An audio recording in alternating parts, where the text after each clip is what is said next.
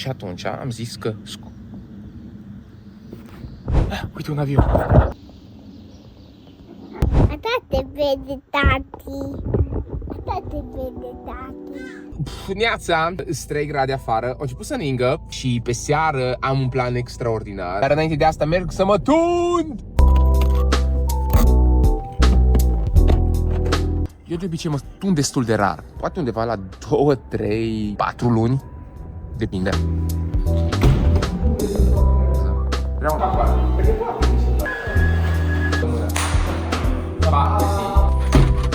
Bun, m-am tuns.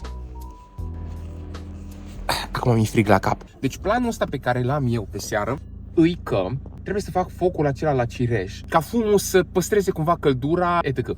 Sper că o să funcționeze. Hai să mergem la magazin.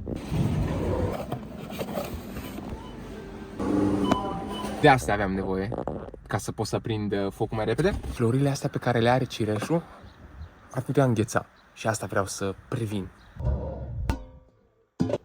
Trebuie să pierd niște lapte.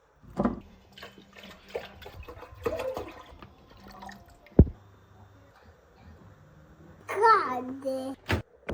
Vreau să fac un mic birou aici. A fost ideea lui Georgi, clar.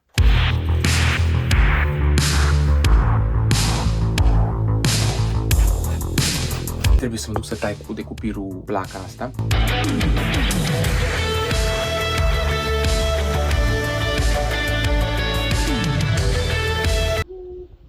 Trebuie să-i alung cumva.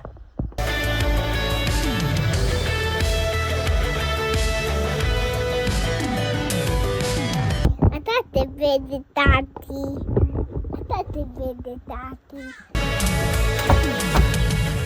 E bine, trebuie lăcuit și bine. E dimineața.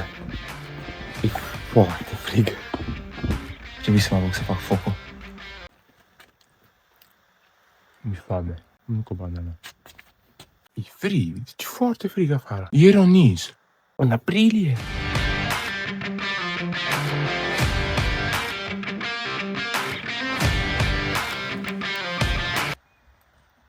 S-a prins focul și fumul ar trebui să se ridice și să încălzească tot copacul. Trebuie să mai pun lemne pe foc, să se facă jar, să se facă mult fum. Hai să vedem un pic câte glugi am. 1, 2, am 3 glugi.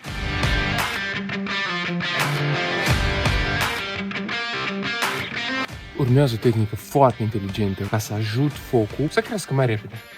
E ca clavul ăla egiptean care făcea la faraon. Așa.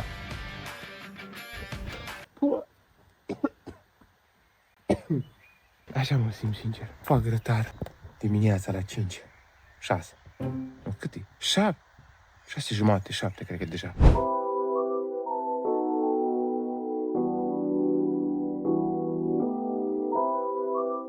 Mă duc înapoi în casă. Oricum mă uit pe geam de el, deci nu las nesupravegheat.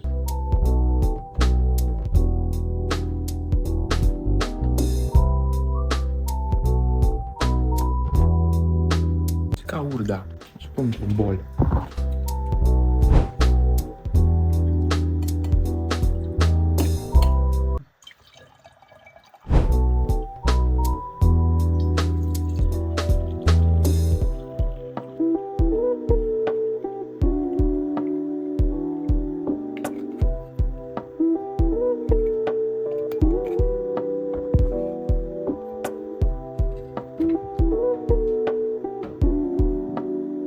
Tot nu-mi dau seama ce chestia asta. E chiar bună.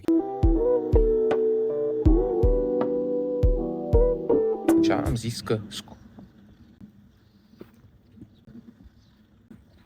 Uite un avion. Oh, ce bine că am iPhone 17X Plus, că nu văd nimic. Ok, mulțumesc tare că te-ai uitat la video de astăzi. Dacă vrei să dai un like, dacă ți-a plăcut, dacă vrei să te abonezi, dacă vrei să vezi în continuare alte videouri de ale mele,